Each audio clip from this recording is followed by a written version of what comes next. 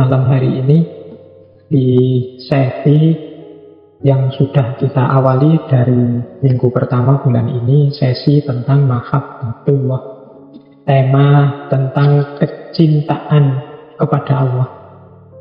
Ini mungkin tema semacam ini itu rasanya kalah menggigit dengan tema-tema aktual, panas, kontroversial yang mungkin banyak ditemui oleh teman-teman di media-media online, media-media sosial.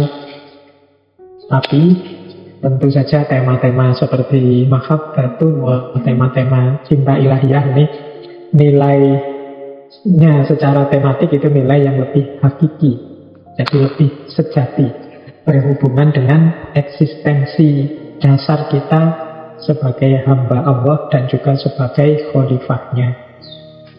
Jadi di tengah-tengah segala kegalauan kita tentang berbagai hal, mungkin problem pribadi, mungkin problem lingkungan, mungkin juga problem nasional atau bahkan internasional, mungkin problem sepak bola, mungkin problem politik dan lain sebagainya, mari kita tidak lupa untuk membahas juga, untuk mengingat juga tema-tema yang lebih hakiki, lebih esensial untuk hidup kita, termasuk tema mahabbatullah ini.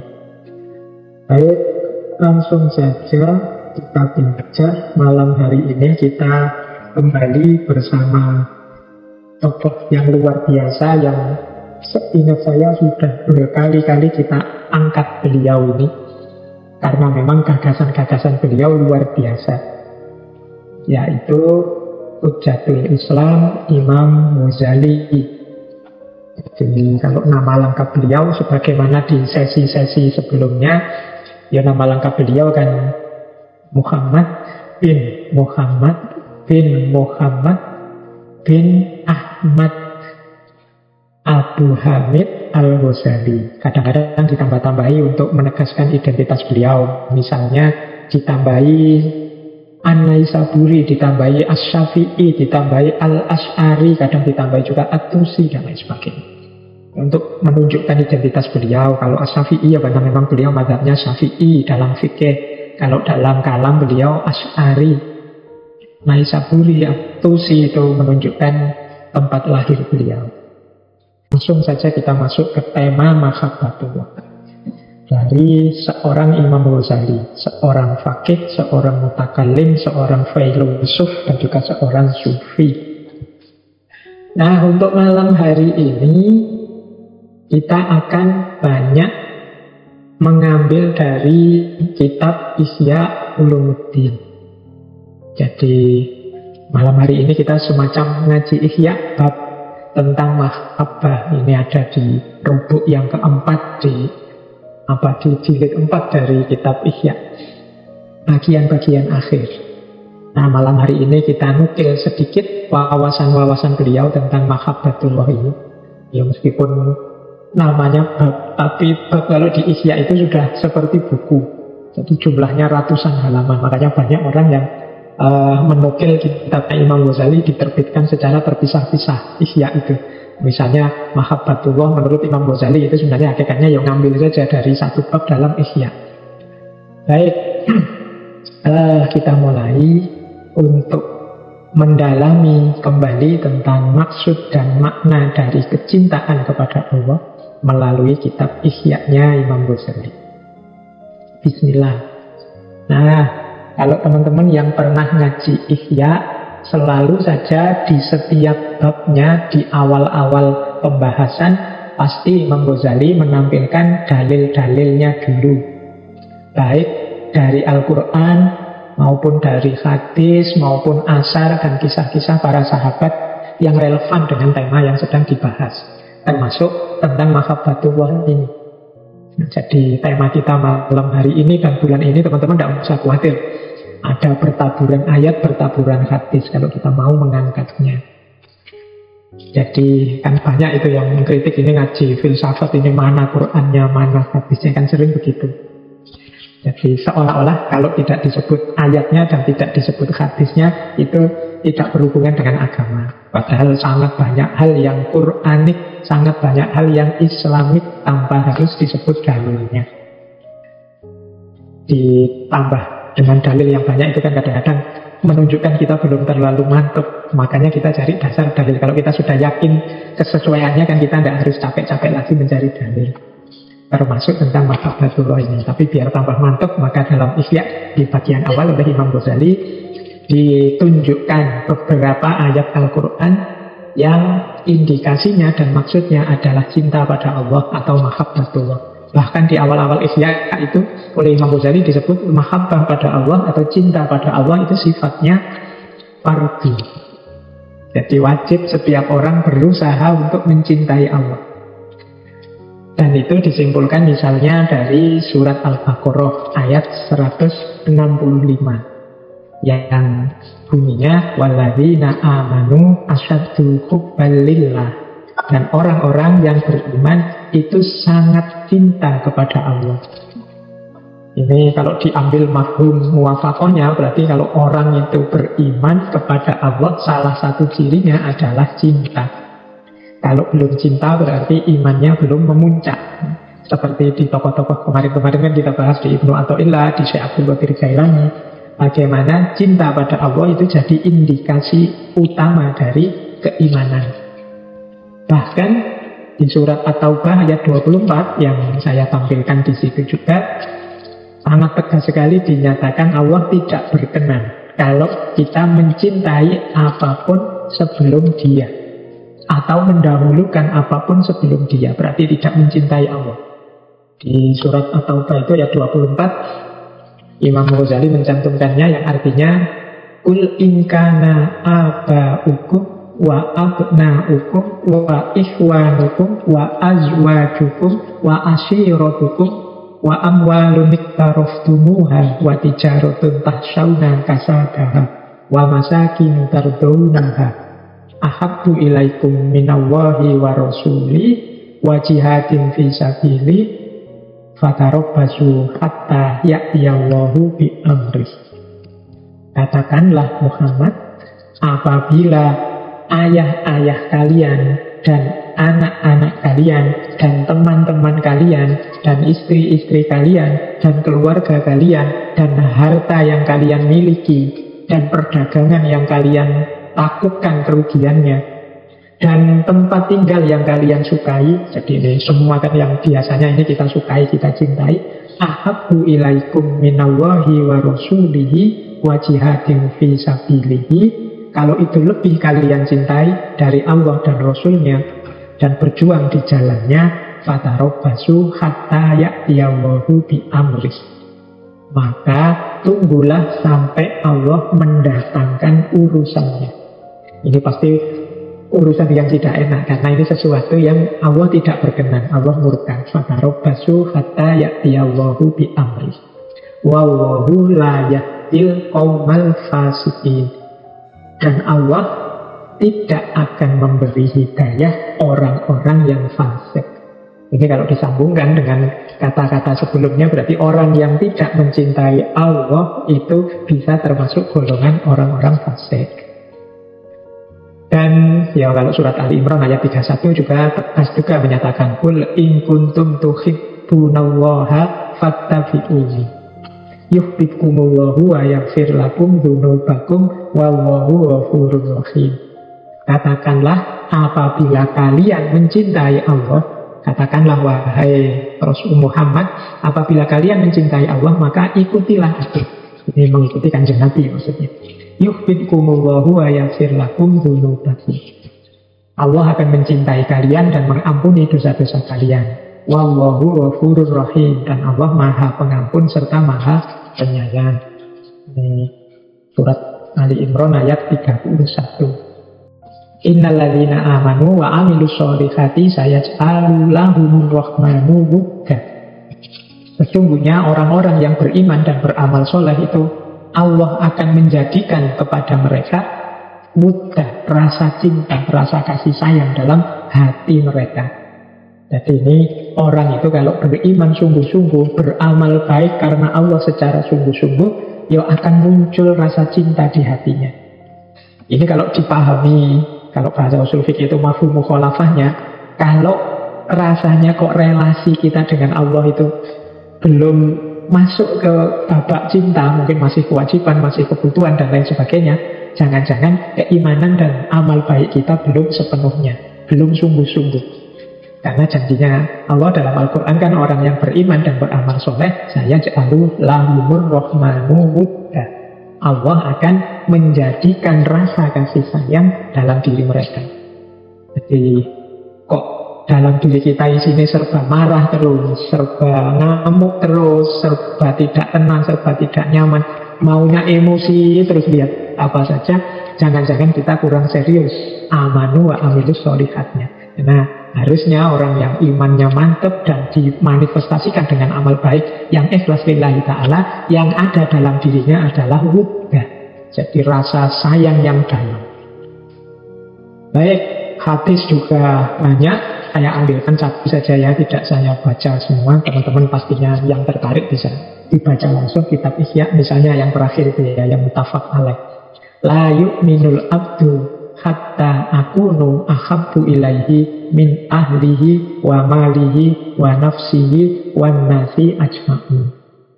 Jadi tidak beriman seorang hamba sampai Allah dan Rasulullah itu lebih dia cintai dari keluarganya, hartanya, dirinya sendiri dan semua manusia. Ini dari hadis dan ayat-ayat tadi, paling tidak semoga kita tambah mantap, tambah yakin betapa mahabbatullah itu unsur yang penting dalam kita beragama, termasuk salah satu unsur yang esensial. Berarti kita harus menuju ke sini dalam beragama. Jadi menghidupkan jiwa yang penuh cinta, yang diawali dari kecintaan kepada Allah di atas segalanya.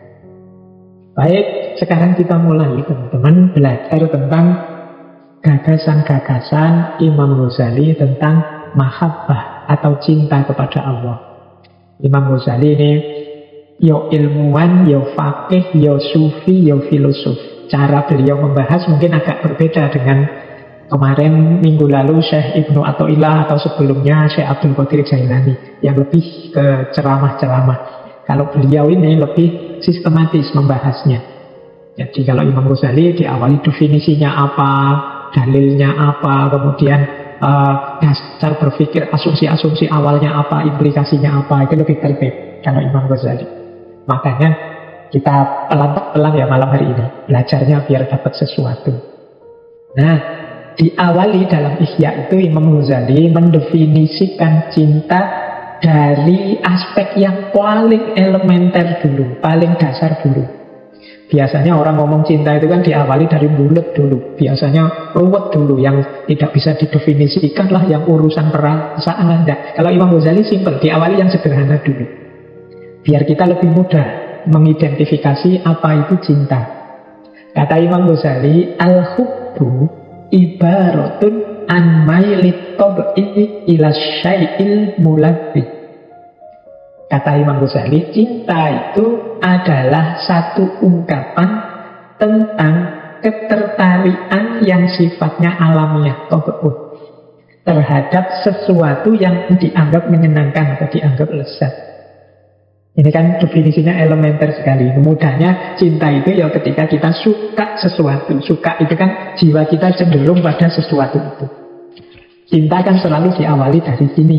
Jadi sebelum masuk ke yang dalam, yang rumit, yang ruwet, yang dan lain sebagainya dengan segala macam cirinya, hakikatnya itu kan cinta itu kecenderungan jiwa pada sesuatu yang kita anggap menyenangkan, yang kita anggap indah, yang kita anggap bisa membahagiakan kita dan lain sebagainya. Jadi jiwa kita cenderung ke situ.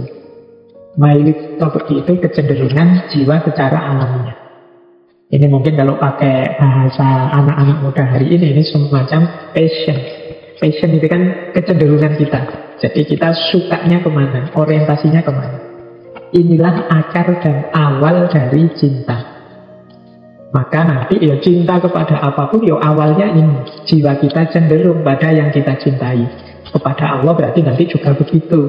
Kalau kehadiran Allah hanya kita posisikan sebagai beban karena wah ini saya harus begini, saya harus begitu, Allah memerintahkan ini, melarang itu, rasanya beban saja. Itu berarti belum mailit tobi. Belum mailit tobi itu jiwa kita belum cenderung ke situ. Kalau boleh ya kita tidak begitu kan. Kalau beban itu kan kalau bisa kita lepaskan kalau boleh. Cuma karena ini agama kan wajib, akhirnya kan kita terbebani. Berarti apa? Belum nyampe level, belum mailut tau'i, jiwa kita belum cenderung ke situ. Maka mudahnya cinta itu ketika jiwa cenderung, karena kita menganggap di situ ada kelezatan, di situ ada keindahan, di situ ada yang kita inginkan. Nah, ya, jadi ini definisi awal biar kita tidak bingung menebak-nebak apa maksudnya cinta. Ya cinta itu yang penting kita suka sesuatu plus syarat dan ketentuan berlaku. Nanti di belakang ditambahi syarat-syaratnya. Tapi awalnya ini dulu, kesukaan, kecenderungan kita pada sesuatu. Yang kedua, rasa suka pada sesuatu tadi, ini sama seperti minggu lalu Syekh Abdul Qadir Jailani atau Syekh Ibnu Athaillah As-Sakandari. Cinta itu anugerah. Kita kan juga sering menggunakan kalimat cinta itu anugerah, sesuatu yang tidak bisa ditolak. Di banyak filosof seperti dulu kita belajar Khalil Gibran misalnya, itu kan juga ditegaskan sisi anugerah dari cinta, bahwa kalau cinta memanggilmu ikutilah. Karena orang sulit untuk mengingkari panggilan dan kecenderungan jiwanya terhadap sesuatu. Kalau suka ya suka aja, pura-pura tidak suka bisa, tapi dia tidak bisa membohongi dirinya. Dia anugerah yang tidak bisa ditolak. Maka kata Imam Ghazali, cinta itu inna hubbal qalbi lil muhsini ittiroron la yustata'u daf'uhu. Sesungguhnya rasa cinta dalam hati lil muhsini yang dimiliki oleh orang yang baik itu adalah sesuatu yang sifatnya ittiror, sesuatu yang pasti. La yustata'u daf'uhu, tidak bisa ditolak. Wa huwa jublatun wa fitratun, dan itu merupakan watak dan naluri. La sabila ila taghyiriha, yang tidak ada jalan untuk mengubahnya. Orang itu kalau sudah jatuh cinta, mengingkari perasaan cinta itu sulit sekali. Jatuh cinta terhadap apapun, maka istilahnya ittiror la yustata'u daf'uhu. Jadi dia anugerah yang pasti, yang tidak bisa ditolak. Teman-teman yang pernah jatuh cinta atau mungkin sekarang sedang jatuh cinta, apalagi yang sedang mungkin ingin jatuh cinta, sudah jatuh cinta tapi belum nyambung misalnya, itu kan betapa gelisah kita. Disuruh melupakan ya nggak bisa, disuruh berhenti saja nggak bisa. Sudah jelas-jelas ditolak, misalnya diputus, mbok yo kamu move on, mikir yang lain, mempertimbangkan mungkin ada yang lebih bagus dari ini, itu sulit. Kenapa? Karena layus tatah udaf ubu. Kalau memang di situ ada rasa cinta, sulit menolaknya. Dia jublatun wa fitratun, dia jadi watak dan fitrah yang tidak bisa diubah. Maka apa yang akan atau ingin kita cintai, mari kita hati-hati. Jangan sampai kita mencintai sesuatu yang tidak ada gunanya atau justru merusak kita. Mari kita berusaha untuk mencintai hal-hal yang memang layak dan patut kita cintai. Kenapa? Karena kalau sudah masuk rasa cinta itu sulit sekali kita menolaknya. Ya mungkin lama-lama bisa melupakan, tapi rasa itu biasanya selalu saja masih ada sisanya. Karena jangankan dilupakan, rasanya saja masih hidup dalam diri kita, kalau itu memang jenisnya cinta. Baik, jadi ini lanjutan dari tadi ya, dari teori tentang bahwa cinta itu rasa suka. Cuma dia tidak sembarang rasa suka, kecenderungan jiwa. Dia kecenderungan jiwa yang tidak bisa ditolak, sulit sekali diingkari. Dia bagian dari fitrah atau sunnatullah. Nah, sekarang kita lihat relasi. Jadi setelah menjelaskan tentang definisi cinta dan cirinya, Imam Ghazali menunjukkan hal-hal apa saja sih yang memungkinkan tumbuhnya rasa cinta kita kepada sesuatu. Menurut Imam Ghazali, kita dalam hidup ini senantiasa berhadapan dengan 3 hal. Yang pertama, hal-hal yang cocok dengan tabiat kita sehingga kita suka. Yang kedua, hal-hal yang tidak cocok dengan tabiat kita sehingga kita benci atau tidak suka, ingin menjauh. Dan yang ketiga, hal-hal yang netral saja, biasa saja, tidak ada bekasnya, apakah kita suka atau tidak suka. Nah, kita hidup ini selalu main dengan tiga makna ini. Apakah kita menyukainya, tidak menyukainya, atau biasa saja. Nah, ini penting ya kalau kita muhasabah, mungkin relasi kita dengan apapun coba kita rumuskan. Kita dengan orang tua, kita dengan teman yang ini, kita dengan lingkungan kita, itu paling tidak di tiga hal ini ya. Apakah kita suka pada sesuatu atau seseorang itu, ataukah tidak suka, ataukah biasa saja. Kalau itu suka, kita akan cenderung mendekat, ingin meraih, ingin memiliki, ingin bersama selalu. Itu kalau suka. Kebalikannya, kalau kita benci, kita ingin menjauh, tidak ingin dekat-dekat, ingin menolak, tidak ingin bersama. Nah, kalau yang ketiga, yang tidak ada efeknya, yang biasa saja, ya kita tidak terlalu memikirkannya. Biasanya ya kalau ada yang tidak apa-apa, tidak ada ya silahkan saja. Itu level 3. Jadi relasi dengan apapun itu mudahnya di tiga hal ini. Ini sebenarnya kan teorinya sangat sederhana. Ini kepandaiannya Imam Ghazali untuk menggiring kita pada aspek cinta yang mendalam tadi. Dari sini nanti kita bisa paham mengapa kok cintai itu luar biasa. Karena memang diawali dari rasa yang muncul yang tidak bisa dihindari karena kesesuaiannya dengan kita sehingga kita ingin mendekat terus.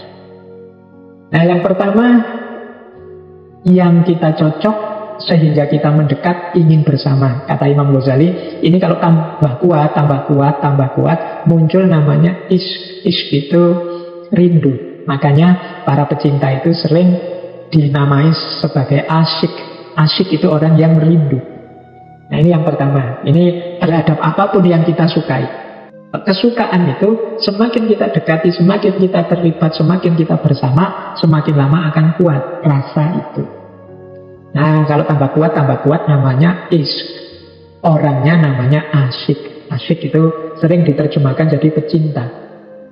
Nah, kebalikannya yang kedua, orang yang tidak kita sukai atau sesuatu yang tidak kita sukai. Kita ingin menjauh, kita tidak ingin bersama, kita menolak. Ini kebencian ini kalau tambah dalam, semakin akut namanya mak. Makanya ada istilah ya, kaburul maktan. Nah, mak itu kebencian yang sangat kuat, kebencian yang akut. Nah, yang ketiga, kalau ini biasa, tidak masalah, tidak usah dibahas. Yang penting yang dua yang di atas tadi. Nah, hidup kita itu, relasi kita dengan apapun ini dua ini. Kalau terhadap dunia yang wajar, yang biasa, silahkan saja mana yang kita sukai, mana yang tidak. Rumusnya tadi sejak awal, asalkan yang nomor satu, yang paling awal, paling kita cintai, satu-satunya adalah Allah. Cinta kita kepada yang selain Allah, kesukaan kita kepada yang selain Allah, itu bagian dari cinta kita kepada Allah.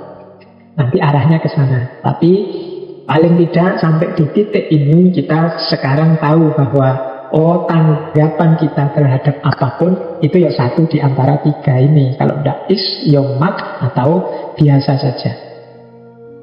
Kecenderungan hati yang dalam atau kebencian yang akut atau tidak ada efeknya apa-apa. Ini relasi. Disinilah nanti cinta bisa tumbuh atau tidak mungkin tumbuh cinta. Saya lanjutkan. Nah, ini kemudian Imam Ghazali dalam Ihya juga mengambil analogi. Jadi kata Imam Ghazali, analogi itu perumpamaan untuk menjelaskan tentang cinta. Analoginya adalah analogi pohon. Kata Imam Ghazali, cinta itu sebatang kayu yang subur. Akarnya kokoh menancap di bumi, cabangnya di langit, dan buahnya lahir di hati, lidah, dan anggota-anggota badan. Pengaruh-pengaruh yang muncul dari cinta itu terasa dalam hati dan tampak dalam anggota badan. Seperti tampaknya asap dalam api dan ditunjukkannya buah dalam pohon. Jadi cinta itu seperti pohon. Dia punya akar yang kuat menancap di bumi. Jadi berarti ya kalau pakai analoginya Syekh Ibnu Athaillah minggu yang lalu, tempatnya cinta itu kan dalam hati. Berarti mengakar sangat kuat dalam hati. Jadi kalau itu statusnya sudah cinta, akarnya sangat dalam. Tidak sekedar suka biasa. Karena seperti yang dijelaskan sebelumnya, yang namanya cinta itu ya rasa suka yang tambah dalam, tambah dalam, tambah dalam. Nah, dalam kasus manusia, cinta itu berarti dia mengakar sangat kuat di dalam hati. Nah, cuma ya tidak berhenti di dalam hati. Dia muncul, dia tumbuh, sehingga mempengaruhi anggota badan, mempengaruhi lidah, mempengaruhi tindakan kita, mempengaruhi kelakuan kita setiap hari. Jadi ini analoginya cinta. Berarti orang yang mencintai itu pasti nanti keluarnya juga kata-kata yang penuh cinta. Kalau itu tindakan, ya tindakan yang melambangkan kecintaan. Dengan analogi ini kita tidak bisa pakai alasan, misalnya kita kejam atau menyusahkan orang lain. Loh, saya menyusahkan ini kan karena cinta. Tidak. Kalau itu cinta, pasti keluarnya juga penuh cinta. Karena dia seperti sebatang pohon yang subur, yang akarnya menancap dalam. Semakin dalam akarnya, semakin subur dia, semakin banyak rantingnya, semakin sejuk dia, semakin memberi manfaat. Itulah cinta.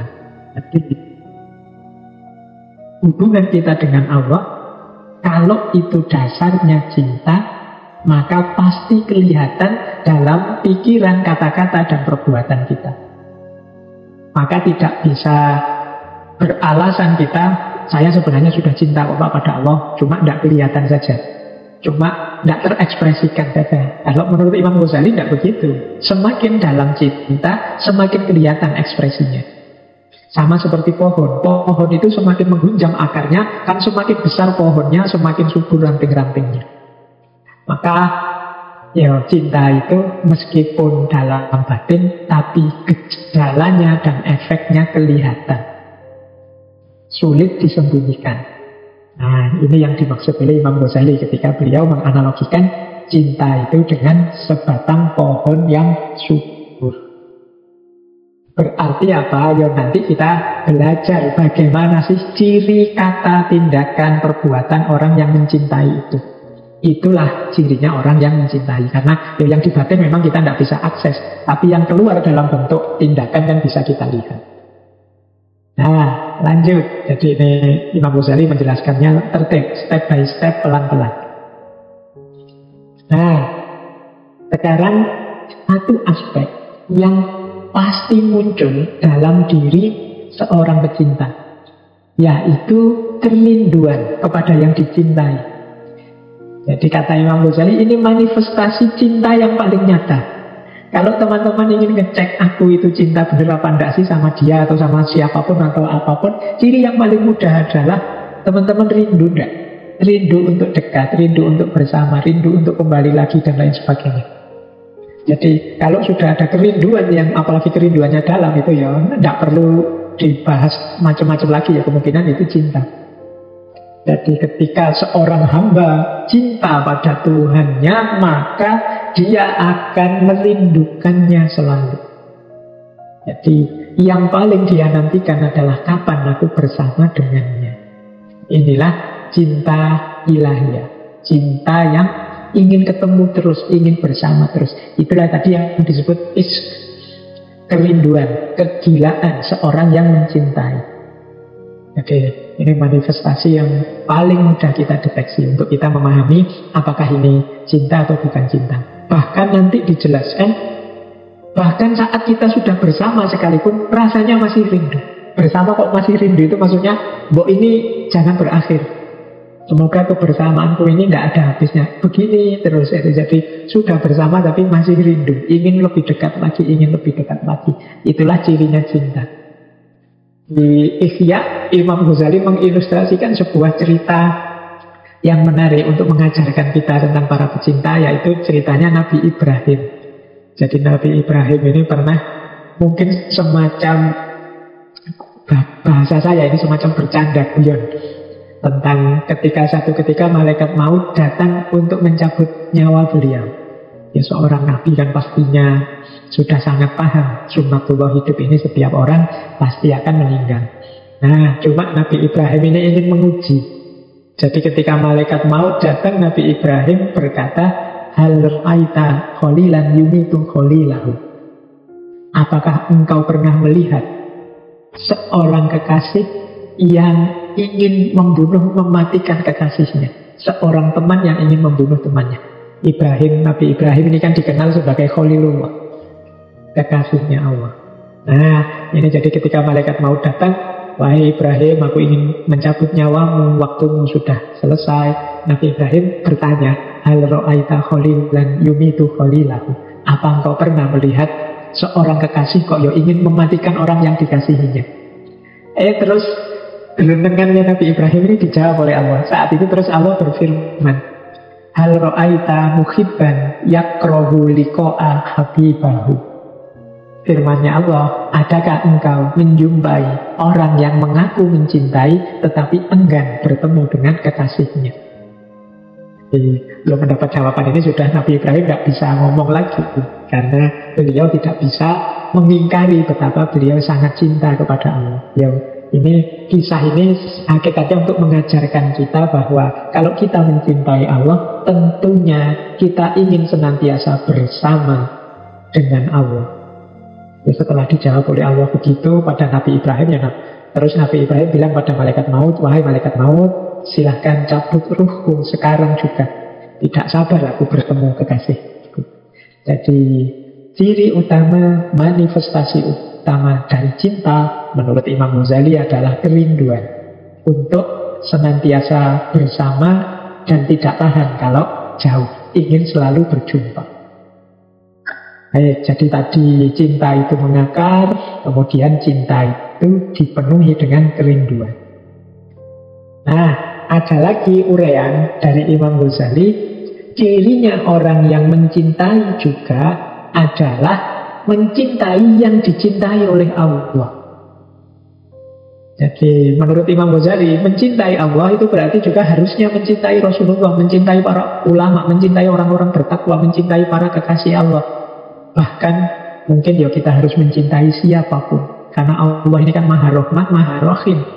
Dia mencintai semua makhluknya. Kalau rumusnya adalah mencintai Allah berarti mencintai yang dicintai Allah, berarti memang kita dituntut untuk hidup dalam cinta kasih, untuk hidup dalam cinta.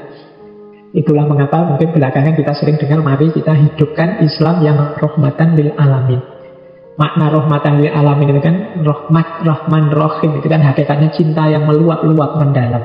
Mari kita hidup dalam koridor di jalan cinta. Jadi kalau kita ngaku cinta Allah, tidak ada kesempatan bagi kita untuk membenci apapun, apalagi itu makhluknya Allah, karena Allah sangat mencintai semua ciptaannya. Rumusnya menurut Imam Ghazali, mengapa sih kok harus begitu? Li'anna mahbubal mahbubi mahbubun. Karena yang dicintai orang yang kita cintai itu juga kita cintai. Kalau kita cinta pada misalnya istri suami kita, itu kan kita juga mencintai keluarganya, mencintai orang tuanya, mencintai anak-anaknya dan lain sebagainya. Li'anna mahbubal mahbubi mahbubun. Wa rasulal mahbubi mahbubun. Dan utusan dari yang kita cintai, ya kita cintai juga. Ini maksudnya Rasulullah.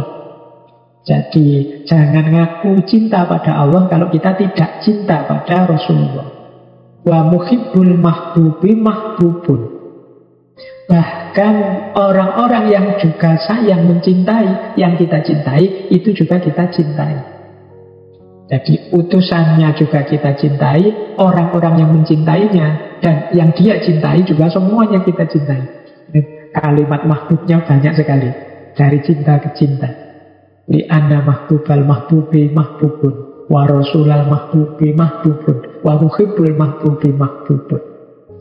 Jadi yang dicintai oleh yang kita cintai, itu harusnya juga kita cintai. Utusan yang kita cintai bukankah juga harus kita cintai? Dan orang-orang yang mencintai yang kita cintai, itu pun juga kita cintai. Berarti memang Islam itu agama yang penuh cinta. Dari cinta ke cinta. Yang puncaknya, porosnya satu-satunya ya cinta kepada Allah. Baik, kita lanjutkan. Ini dasar-dasarnya dari kitab Ihya. Nah, sekarang kita mulai agak filosofis. Diawali dari bahasannya Imam Ghazali tentang awal mulanya cinta. Yang pertama, kata Imam Ghazali, orang itu tidak mungkin mencintai sesuatu kecuali apa yang dia sudah kenal, apa yang dia sudah ketahui. Jadi itulah awalnya. Jadi orang tidak mungkin mencintai tanpa tahu. Ya kalau pepatahnya, tak kenal maka tak sayang. Dan bagaimana bisa sayang kalau tidak kenal, kalau tidak mengerti. Nah, lanjut. Asumsi kedua, tapi kenal tidak sembarang kenal. Kenal yang dimaksud adalah kenal yang berkenaan dengan keindahannya atau kenikmatannya. Sebagaimana kenalnya telinga kalau ada lagu-lagu yang merdu, atau kenalnya hidung pada bebauan yang harum, atau kenalnya mata pada lingkungan alam yang indah. Jadi awal lahirnya cinta itu kenal, tapi bukan kenal sembarang kenal. Yang dimaksud adalah kenal yang pada sisi keindahannya, kenal pada aspek kenikmatannya. Jadi ya kalau orang kenalnya jelek-jelek kita, mungkin musuh kita, itu kan kenal pada kita, tapi dia tidak sayang, dia benci pada kita. Kenapa? Dia kenalnya pada bagian-bagian yang dia tidak suka. Yang bisa memunculkan cinta itu kenal pada bagian yang dia suka. Jadi ini asumsi kedua. Jadi tak kenal maka tak sayang, tapi kenalnya bukan sembarang kenal. Kenal pada bagian-bagian yang indah, bagian-bagian yang kita cocok dan sesuai. Ya manusia itu, kata Imam Ghazali, biasanya mencintai dirinya, atau kalau dia mencintai yang lain itu demi dirinya, yang cocok, yang sesuai dengan dirinya. Maka kalau dia mengenali sesuatu kok dia merasa tidak cocok, tidak nyaman, merasa tidak indah, tidak sesuai dengan seleranya, biasanya ini tidak akan tumbuh jadi cinta. Yang bisa menumbuhkan cinta itu ya ketika kita mengenali hal-hal yang indah berkenaan dengan sesuatu. Jadi rumus awalnya ini. Terus dilanjutkan. Kalau begitu apa sih yang sesuai dengan kita itu secara umum?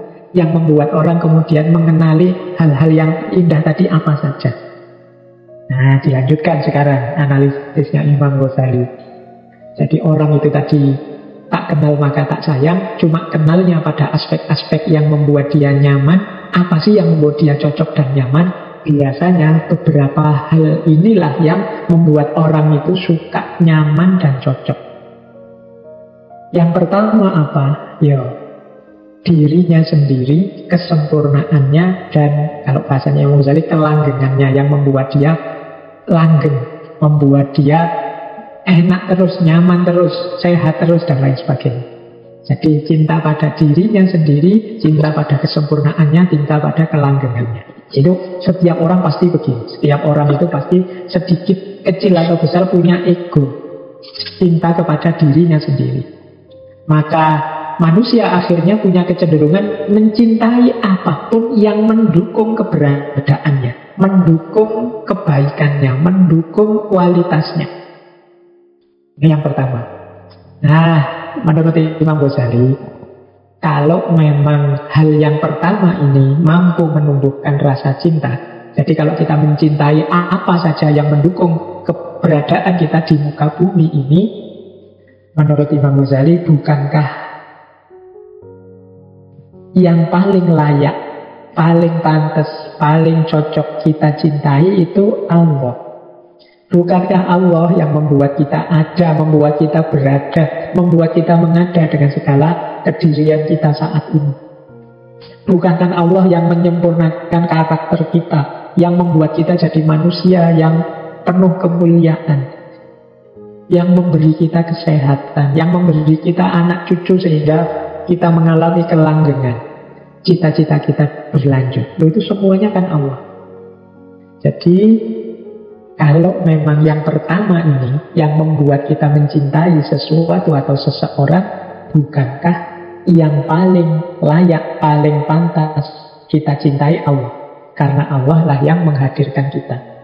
Hanya saja kita sering tidak panjang, tidak tuntas berpikirnya. Sehingga kita tertipu oleh yang mendukung diri kita, mendukung keberadaan kita, yang sifatnya juga sementara dan masih perlu didukung juga. Kita lupa bahwa ada yang puncak, yaitu Allah, yang harusnya lebih kita cintai. Karena keberadaan kita adalah atas izinnya Allah.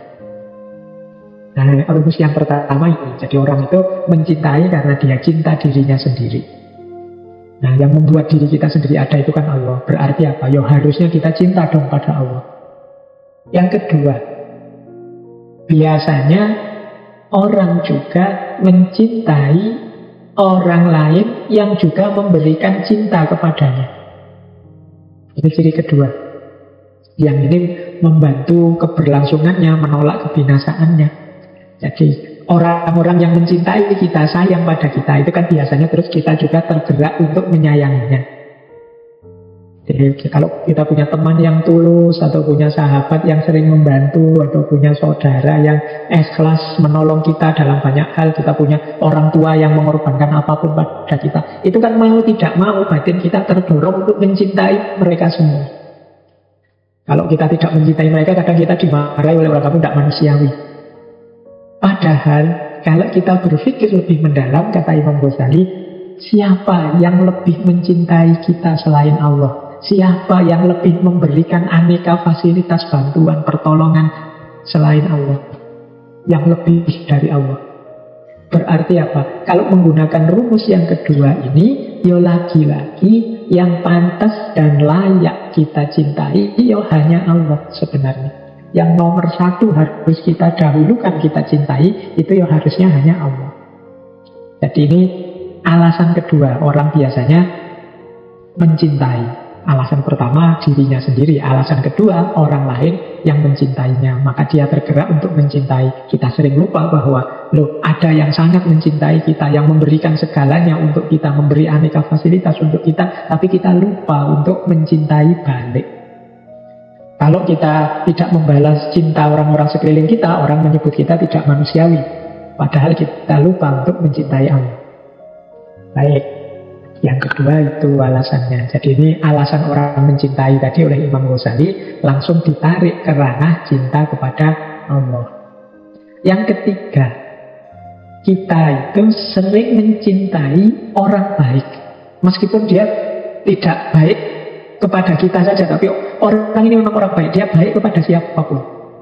Saya cinta kepada pahlawan yang itu dia mengorbankan hidupnya untuk Indonesia ini. Kita kan cinta, suka kepada orang-orang tulus, orang-orang yang mau berkorban, orang-orang yang menyebar kebaikan kemana-mana, meskipun tidak langsung kena kebaikan itu pada kita. Intinya kita cinta orang baik. Nah, tapi kata Imam Ghazali, kita sering lupa untuk mencintai Allah. Padahal Allah itu maha baik kepada siapa saja. Allah itu Rahman Rahim. Kasih sayangnya tidak terbatas. Jadi kita senang, kita cinta pada orang-orang baik, tapi kita lupa pada yang maha baik. Hubungan kita dengan Allah masih belum ada di level mencintai. Nah, ini menurut Imam Ghazali yang penting untuk kita prihatinkan. Bagaimana kita bisa ngaku manusia yang baik, hamba yang baik, wong kita belum bisa mencintai Allah. Harusnya kalau kita kagum kemudian cinta pada orang-orang baik, harusnya kita juga mencintai Allah, Zat yang maha baik.